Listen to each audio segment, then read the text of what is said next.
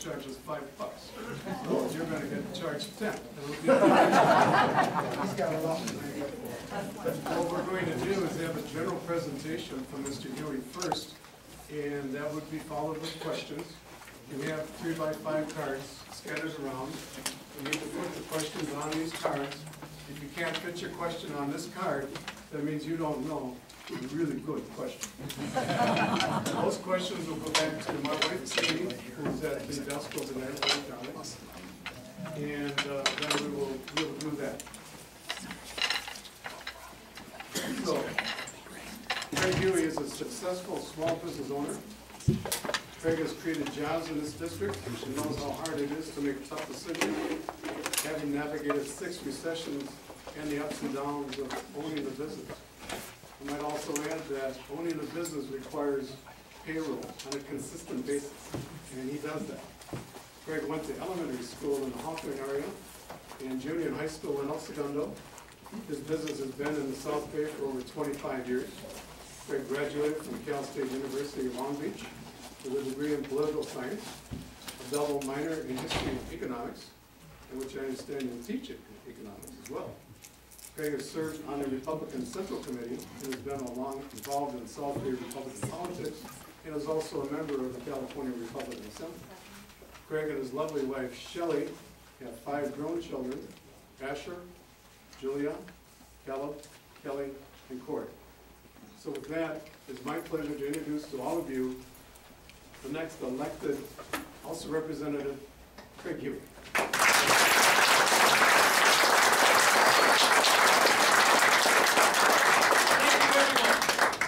I really am grateful that you came out. In fact, this is incredible that you come out on a Monday night and listen to a candidate for a special election for Congress.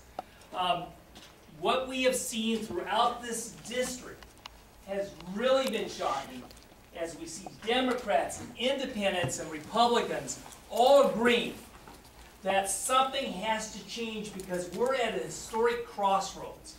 We're at a historic crossroads with our economy. And if something isn't done quickly, it's going to get far worse. My kids are just in college or getting out of college. And their friends, when they get out of college, they can't find jobs. Kids that are, like 10, 8, 9, they're not going to live at a standard of living like their grandparents did. It'll be at a lower standard of living. We take a look at what's happening in Europe, and that's what's coming to America. So that's what I want to talk about. I'm going to talk about the economy. I'm going to talk about a few other issues that involve some foreign affairs. I'm going to answer your questions. Now, what would you like to see happen in the next 4 to 6 years? Would it be a turnaround in this job market where people are hiring, where instead of going down street after street you see a for lease sign and businesses, you see businesses booming? What would you like to see? Would you like to see the house values you have lost, what, 20, 30, 40%? You'd like to see that restored? What would you like to see? You see, we're not playing with theory. This is practicality. What is happening in America today? Now, as I go through this, I'm going to go through it quickly so that we can get to those questions and answers. But let me just say a couple of things just to start off. The first thing is this. I was supposed to have a debate with Janice Hahn, my opponent, on Wednesday at Loyola that she had agreed to. Well, she canceled that. And so what I have done is that I've got these town halls at different cities. I told Janice, if you want to come, even though we're paying for it, come on over and I'll be glad to share the room with you. So if she walks through the door, I'll probably stop the PowerPoint and we'll engage. How many of you live in El Segundo? How many of you are El Segundo graduates? No one. All right. You're an El Segundo graduate? Yep, What year? 85. Who here heard me when I spoke in the town hall during the primary? A few people, okay. So there would be a little bit overlap with some of this. But what we want to be able to do is look at the growing economic crisis. Because right now, this is serious. Economists agree that we cannot continue on the course we're going without dire economic consequences. Consequences to your IRAs, to your 401ks, to the housing crisis, consequences to jobs and job security, consequences to how government can even pay for things. Those of you who rely upon government services, that could be in jeopardy. I mean, we're talking about a government unable to continue on certain critical services, and we see it in the city level. You see it in city level. Bankrupt LA City is cutting out police and fire and all kinds of services because they don't have the money. Why don't they have the money? Because they keep spending and spending and spending, and then they keep taxing and taxing, driving business out. And then they keep coming up with permits and regulations that make it impossible to stay in business. This is what we're faced with on the national level. Now, when I got a phone call from some people saying, hey, Jane Harmon resigned, I wasn't thinking, oh great, I'm going to run for office. No way. If you run for office, you want to plan that, I've learned, about like 4 years in advance. I was dumb enough to look at my wife, Shelley, over here and say, honey, do you think I should do that? And what we have found throughout this district is such incredible support for people who want to see a change. I'm running because I don't want to play the political games in Washington, D.C. I don't care about the Republicans in D.C. I am a Republican, but they mess things up. I don't care about the Democrats in Washington, D.C. They mess things up. What I care about is seeing some dramatic change take place, that seniors don't have to worry, that college kids don't have to worry, that people know that they can get jobs and jobs will be there. So we're going to look at 7 steps I've developed based upon a book I wrote on economics, on how to turn this economy around. Now, we have a historic debt crisis.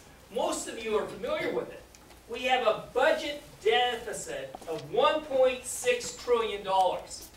That's so beyond what we can conceive. That's why this is a coming meltdown in the economy if something isn't done. A $14.4 trillion national debt. This is historic proportions. And then if you take the off-budget liabilities that make up about 40% of the budget, $112.5 trillion is unfunded. What that is $427,000 for every man, woman, and child in America. It's so beyond. It is going to be an enormous move to turn it around. We need to stop the historic spending and debt crisis. And doing that, you've heard in the news about raising the debt ceiling. Now, I don't want to get into all the economic issues that are involved in that. I will tell you this. there are dangers, big dangers to our economy and the world economy if we don't raise the debt ceiling. The question is, at what price? Because there's real dangers to the world economy and our economy if we raise the debt ceiling. And this is one of the first votes I would vote on as your congressman. There should not be any raising of the debt ceiling unless for every penny raised, there is a penny reduced in the federal budget. And I'd be open to a thing called the balance budget amendment. If you're curious about that, email me and I'll give you the information. So, raising the limit enables deficits. Deficits drive limit to higher faster, and it's destructive to Wall Street worries about debts. And what type of debt? In just 3 years, we build up $4.5 trillion. And what did Senator Obama say? When he was a senator in 2006, this issue of raising the debt ceiling came up. He was right. He said, leadership means the buck stops here. I therefore intend to oppose the effort to increase America's debt limit.